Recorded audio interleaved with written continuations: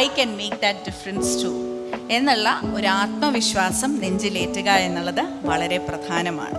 പലപ്പോഴും വിദ്യാർത്ഥികൾ എന്നോട് വന്ന് ചോദിക്കാറുണ്ട്, സ്കൂൾ ജീവിതത്തിൽ, സ്കൂൾ കാലഘട്ടത്തിൽ അത്രയധികം ഈ പറഞ്ഞ പോലെ സൂപ്പർ സ്റ്റാർ ഒന്നും ആയിട്ടില്ല, പഠനത്തിൽ മറ്റ് വിഷയങ്ങളിലൊക്കെ ആയിരുന്നു സ്കൂളിൽ താരമായിട്ട് ഇരുന്നിട്ടുള്ളത്, റാങ്ക് കിട്ടിയിട്ടില്ല, മെഡൽ കിട്ടിയിട്ടില്ല, കപ്പ് കിട്ടിയിട്ടില്ല, എനിക്ക് സിവിൽ സർവീസ് പരീക്ഷ എഴുതാൻ പറ്റുമോ എന്ന്. അതിൻ്റെ ഒന്നും ഒരാവശ്യമില്ല. പക്ഷെ അത് കിട്ടി എന്നുള്ളത് കൊണ്ട് അതൊരു ഡിസഡ്വാൻറ്റേജും ആവില്ല കേട്ടോ. അത് കിട്ടിയാലും ഇല്ലെങ്കിലും ഈ പറഞ്ഞ എനിക്കും അത് ചെയ്യാൻ പറ്റും, every one can make A difference എന്നുള്ള പൂർണ്ണ ബോധ്യത്തിൽ നിങ്ങൾ നിങ്ങളുടെ യാത്ര ആരംഭിക്കുക. എന്നെക്കൊണ്ടും അത് സാധിക്കും എന്നുള്ളതായിരിക്കണം അതിൻ്റെ ആദ്യത്തെ പ്രിൻസിപ്പിൾ എന്ന് പറയുന്നത്. ഇനി രണ്ടാമത്തെ ഫ്രെഡ് ഫാക്ടർ എന്ന് പറയുന്നത് success is built on relationships എന്നുള്ളതാണ്.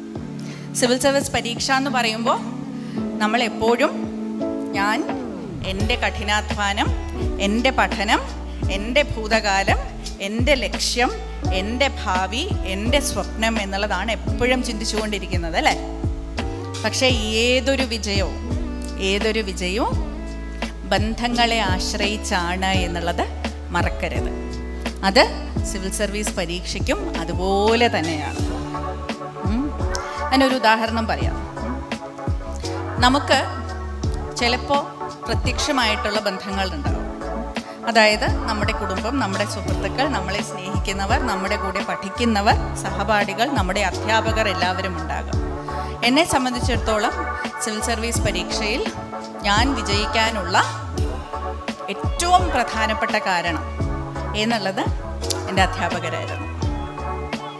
കാരണം ഞാൻ ഈ ആദ്യം പറഞ്ഞ ഒന്നാമത്തെ പ്രാവശ്യം സിവിൽ സർവീസ് പരീക്ഷ എഴുതി ആശിച്ച റാങ്കും സർവീസും കിട്ടാതെ വന്നപ്പോൾ എന്ത് ചെയ്യണം എന്നറിയാതെ ലോകം ഇങ്ങനെ പെട്ടെന്ന് ഇരുണ്ട ഒരു സാഹചര്യമായിരുന്നു കൺമുന്നിലുണ്ടായിരുന്നത്. അപ്പോൾ 139ാമത്തെ റാങ്ക് കിട്ടിയിട്ടും IAS പ്രവേശിച്ചില്ല. അതിനുശേഷം ഇനി ഒരിക്കൽ കൂടി എഴുതിയാൽ ഈ ഒരു ലാസ്റ്റ് മൈൽ കണക്ടിവിറ്റി എന്ന് പറയുന്നത് എപ്പോഴും പ്രയാസകരമാണ് അല്ലേ. ഈ 99 വരെ ആയിട്ട് 99ൽ നിന്ന് 100ലേക്ക് പോകാമെന്ന് പറയുന്നത് 1 തൊട്ട് 99 വരെ വന്നതുപോലെ തന്നെ അത്രയും ക്ലേശകരമാണ് സാധാരണഗതിയിൽ. അപ്പോൾ എന്നെ സംബന്ധിച്ചിടത്തോളം അങ്ങനെയായിരുന്നു. 139 കിട്ടി, ഇനി അതൊന്നും മെച്ചപ്പെടുത്തുക എന്ന് പറയാൻ ഞാൻ ഇനി എന്ത് ചെയ്യാനാണ്, തല കുത്തനെ നിന്നിട്ടും ഇത്രയേ കിട്ടിയുള്ളൂ, എന്ത് ചെയ്യാനാണ് എന്നുള്ള ഒരു ആശയക്കുഴപ്പത്തിൽ നിൽക്കുന്ന സമയത്ത് ഇനി എത്ര കിട്ടിയാലാണ് വരിക,